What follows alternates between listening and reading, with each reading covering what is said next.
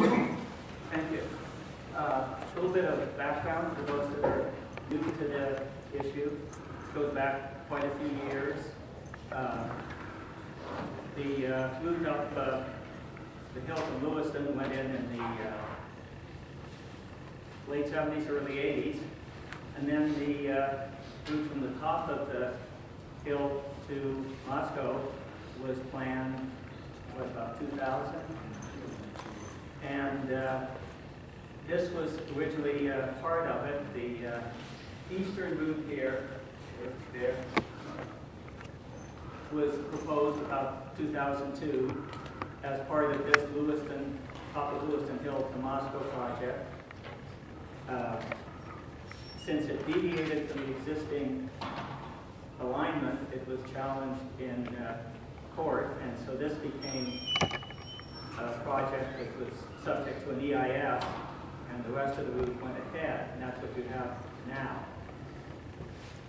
So when I approached the draft EIS and started looking at it, it soon became clear to me that the decision as to which route to pick, this eastern alignment, was made in 2000, 2002, way back then. And when the requirement to do an EIS came along, it was just assumed, well, maybe we can snow people with 1,300 pages of text, and we'll have these experts compile these technical portions, but we'll just selectively pick the data that supports this. And so what I decided to do is go through the different issues and see what the data actually said about the impacts of the different issues. Now, there's 3 alignments shown on this map. This western one out here is longer, doesn't have very much support, so I'll mostly talk about the other 2. The central alignment stays on the existing roadway, modifies the existing roadway this far, then it takes off on a new alignment up to here and rejoins the existing roadway. The eastern alignment, which is what the highway department still prefers, is a totally new route, and it's up close to the Paradise Ridge. And you'll hear a lot more about that because that's one of the big issues of contention. So in terms of the impacts, one of the things they looked at was farmland. The eastern route takes out twice as much prime farmland, splits more farms into pieces, and makes more of what they call remnant farms that are less than 20 acres in size, so less farmable. So from this perspective, the central alignment is preferred. If we go on to the impacts on vegetation, the big impact here is going to be weeds, spread of weeds. And before I get into that, what most people don't know is that when they hear about these remnants of Palouse Prairie, there are some scattered ones, and this is all documented in the EIS. But then there's a big 30-acre patch up here on the south end of the ridge that, compared to the small patches, is in really remarkable condition. It's owned by people that they're in the farming business, but they're also producing native seed, and they have a native seed planting down below the ridge, and you can buy their seed in town. So this area that's in remarkable condition up here is really one of the main concerns.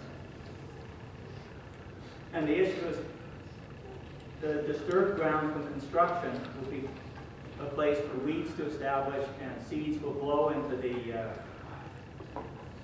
undisturbed prairie. And you get enough seed input, eventually you're going to have problems, even though this patch is in really quite good shape now. In terms of the construction impacts, the eastern route, besides being closer to this large prairie remnant, it's just going to be a bigger construction project. The cuts are up to 128 feet high as compared to 50 feet on the center route.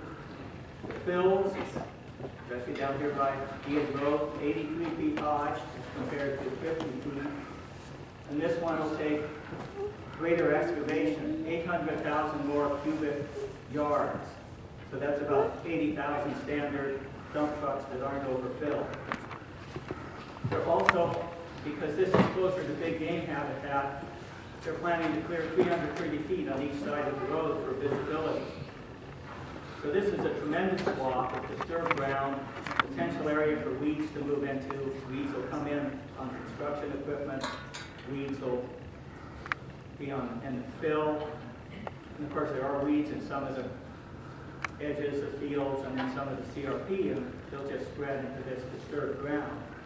So that's the concern for vegetation. Wildlife, the concern is the big game up here that will come down to feed and cross the road. The three natural resources agencies all oppose the eastern alignment. That's the Fish and Game, Fish and Wildlife Service, and the EPA. The Highway Department hired a consultant to look at the big game situation, and the consultant recommended some underpasses for the big game. And this was a fairly local consultant from St. Mary's, and they weren't terribly happy with that, so they hired another consultant a little bit further away, this time Montana. He didn't quite have as strong a recommendation, but he still had concern for getting creatures under the road. So they went to another consultant, this one in Wyoming, who just described the habitat, and the habitat wasn't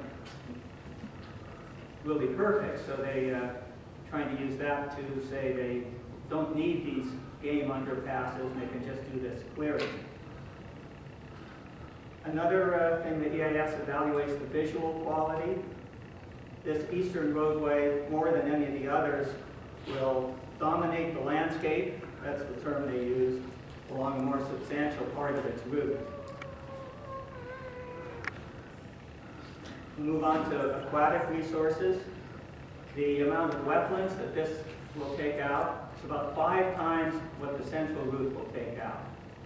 Now this is a little more than in the EIS, but it turns out the Department of the Interior just finished evaluating the EIS, and there's about a 26% discrepancy between the wetland documentation and what's in the EIS. So the Transportation Department somehow eliminated some wetlands from consideration. And the wetlands up here are considered to be a higher quality.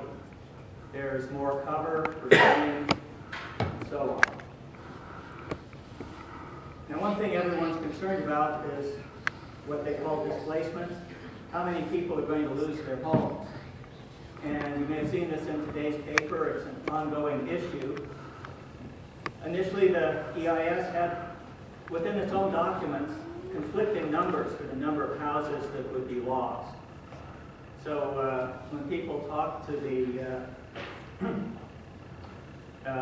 people that were working on the different corridors, I guess it's the right-of-way people, the story they got at the public hearing was that on the central route, there would be 1 house lost. No businesses lost. On E2, there would be 1 house and several mobile homes and a well taken out down there, Iad Road. So this is quite different from what was presented to the public, different from what's in the EIS. And this was in a letter to the editor in the newspaper and on KRFP.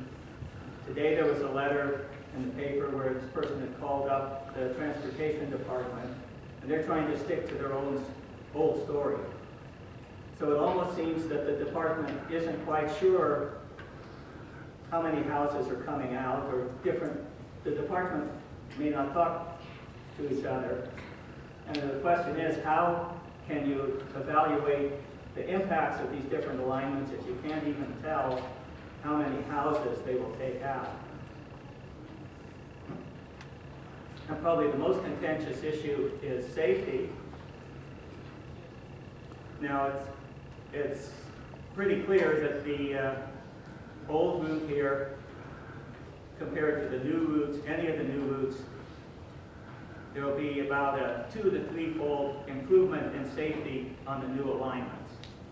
And that's not in contention because I don't think there is much support for leaving the old alignment. The real question is, if we build either the central alignment or the eastern one, what is going to be the accident number in the whole corridor? If you do the central alignment, most of the traffic will be on New Road. Eisenhower Hill will be totally rebuilt to current standards. There'll be a little bit of the old highway, but there won't be much traffic on it because people will prefer the new route.